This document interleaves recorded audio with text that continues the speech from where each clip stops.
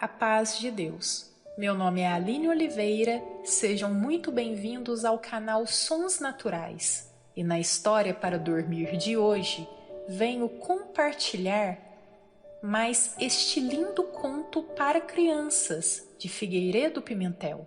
Espero que gostem. O moço careca. Inácio Pérola era um infeliz pescador, homem muito caridoso, honrado e de excelente coração. Tendo se casado cedo, sua mulher abençoou-o com muitos filhos. Além deles, tinha de alimentar alguns sobrinhos órfãos, sua velha mãe e seu sogro. Por isso, a pesca, de que sempre vivera até então, já lhe não bastava para sustentar tão numerosa família, e ele vivia desesperado. Um dia foi pescar como costumava. Logo lançou as redes ao mar, repetidas vezes durante todo o dia. Nem um só peixe, por mais pequenino que fosse, conseguiu apanhar. Ao anoitecer, regressava tristemente para casa, quando, bem próximo da canoa, viu um robalo retirar a cabeça para fora da água. E foi com espanto que o pobre homem ouviu o peixe dizer: Inácio Pérola, se prometeres trazer-me o que encontrares quando chegares à casa, lança as redes na água. Pérola prometeu, lembrando-se que, assim que chegava de volta da pesca, a primeira coisa que lhe aparecia era a cadelinha mimosa. Atirou as redes e recolheu tanto peixe, tanto que encheu a embarcação. Chegando à casa, a primeira coisa que viu foi um filhinho que nascera em sua ausência. O pescador ficou triste, mas, como era homem de honra, cumpriu fielmente a sua palavra, dizendo à mulher que ia dar a criança a criar. Levou-a à praia e jogou-a no mar. A criança não morreu. Mal as águas se tinham aberto, apareceu uma grande concha puxada por peixes, que a apararam, levando-a para o palácio do rei. O menino cresceu. Haviam-no batizado com o nome de Remi. Quando tinha cerca de 20 anos, o rei chamou-o e disse-lhe: Vou fazer uma viagem de 15 dias. Fica com as chaves do palácio, mas não abras porta alguma, senão irei te matar quando chegar. O rapaz não pôde conter-se. Assim que o soberano dos peixes partiu, abriu a porta de um quarto. Dentro havia 3 grandes caldeirões, um com o ouro fervendo, outro com a prata e o terceiro com o cobre. Abriu um novo quarto e viu 3 cavalos muito gordos, um preto, um russo queimado e um alazão, comendo carne fresca em vez de capim. Abriu o terceiro, onde se achava um grande e gordo leão que, ao contrário dos cavalos, tinha capim para comer e não carne. Por último, abriu o quarto aposento. Viu uma bonita mesa de escritório, com as gavetas cheias de papéis brancos e verdes, dobrados e armas de toda a espécie. O rapazinho, como era arteiro, quis trocar a comida dos animais, dando capim aos cavalos e carne ao leão. Mas o alazão falou: Não faças isso. Teu padrinho te matará quando chegar. Agora, se quiseres sair daqui, vai ao quarto onde está a mesa, tira 2 papéis, um azul e o outro branco. Vista-se com a melhor roupa que encontrares. Pega uma boa espada, monta num de nós e leva o outro pela rédea. Sai do palácio, mergulhando primeiro a cabeça no caldeirão de ouro. Teu padrinho, ao regressar, há de ir ao teu encalço.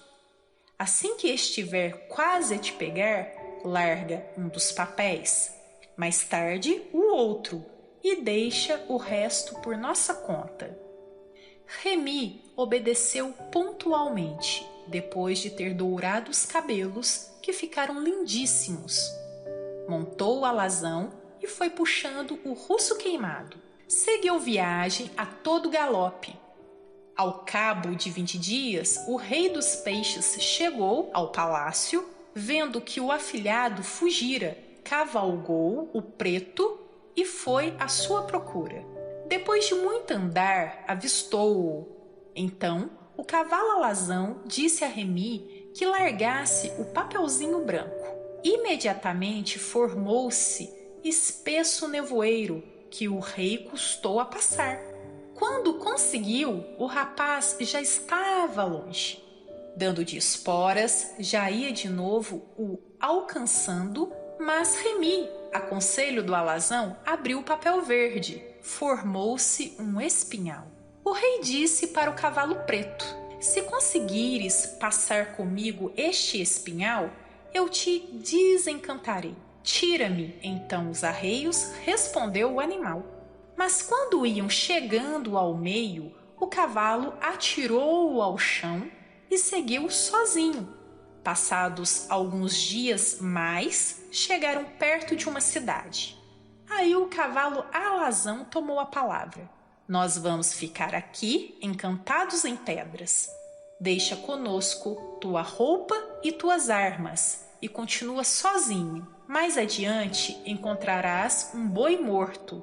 Abre-o, tira-lhe a bexiga e cobre com ela a cabeça para esconder os cabelos. Vai e segue tua vida.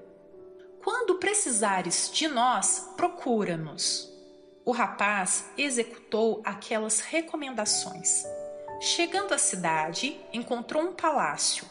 Falou ao jardineiro, que estava trabalhando, e pediu-lhe emprego.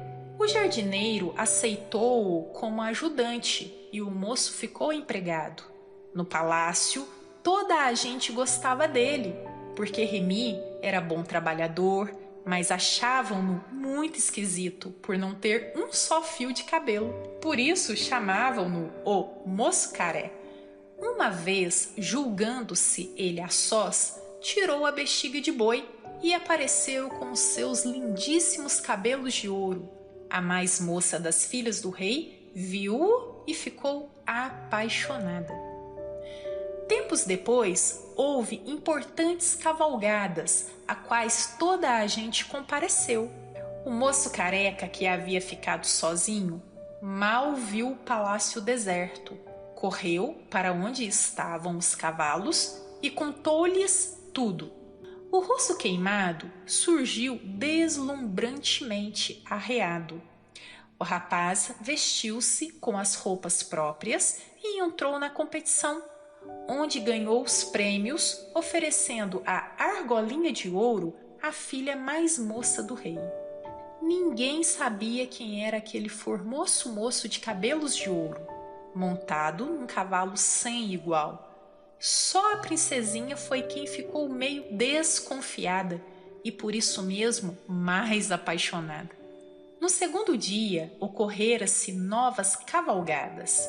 O rei, querendo saber a todo custo quem era o misterioso cavaleiro, que excedia a todos em garbo e valentia, conquistando os prêmios, mais ricamente vestido e montando o melhor animal, mandara um numeroso batalhão para prendê-lo. O moço careca, mesmo assim, não se mostrou receoso. Entrou na arena e, dado o sinal de partida, avançou na frente de todos, ganhando ainda desta vez a argolinha de ouro. Como o primeiro dia ofereceu à princesa e, fazendo um cumprimento geral, disparou o cavalo que voou por cima dos soldados, espantados com aquela audácia e ligeireza.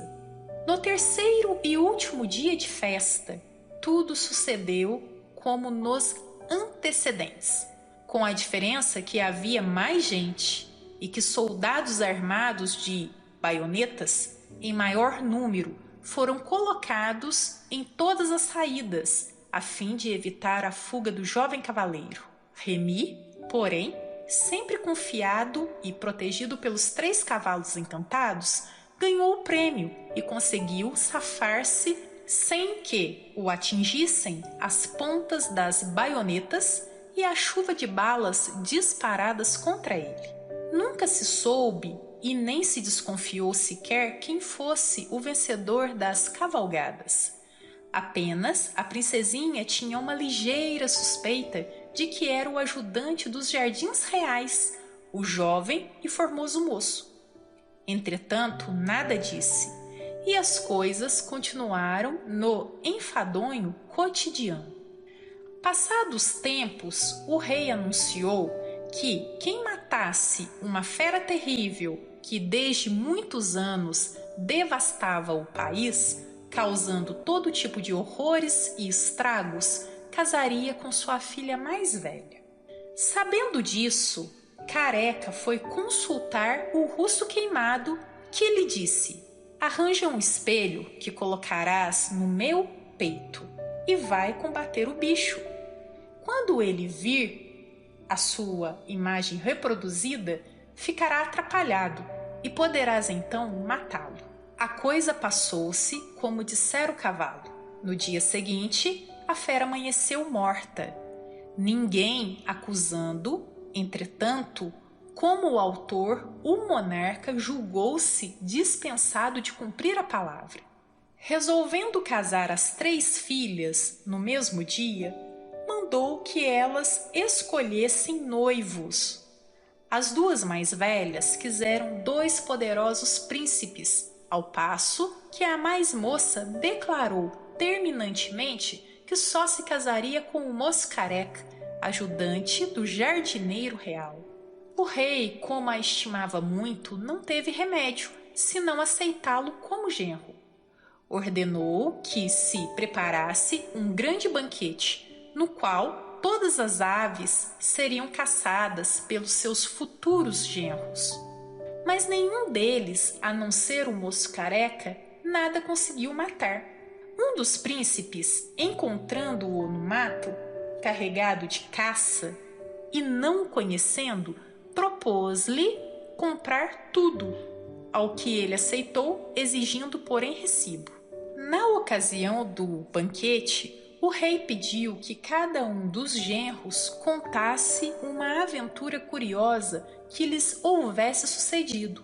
O primeiro, levantando-se, tirou do bolso o cotoco da língua da fera e declarou: a maior façanha que tenho feito em toda a minha vida foi matar o bicho que assolava o país. Não o disse naquela época por modéstia. O segundo, tomando a palavra, disse: tenho feito muita coisa notável, que não quero lembrar. Direi apenas que fui eu quem caçou todas essas aves que estamos comendo. Todos os convivas aplaudiram muito os altos feitos de tão valentes príncipes. Chegando a vez de Remy, falou ele: e eu tenho a dizer que esses 2 moços mentiram descaradamente. A prova é que o que o primeiro apresentou foi o cotoco da língua, porque quem matou a fera fui eu. E aqui mostro a ponta. Quanto às aves, eis o recibo que me passou o segundo, o que demonstra que também fui eu quem as caçou.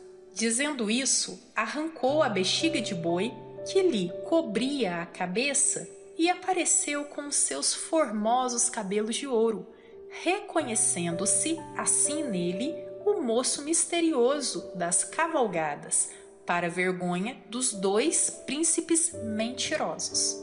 Os 3 cavalos desencantaram-se, tendo cumprido a missão que lhes fora destinada de proteger o filho de Inácio Pérola. Caso gostem do nosso canal, não deixe de se inscrever e ativar o sininho para não perder novas histórias como esta, ok? Não esqueçam também de deixar o seu like e compartilhar o vídeo. Conto com a ajuda de todos. Fiquem com Deus e até breve!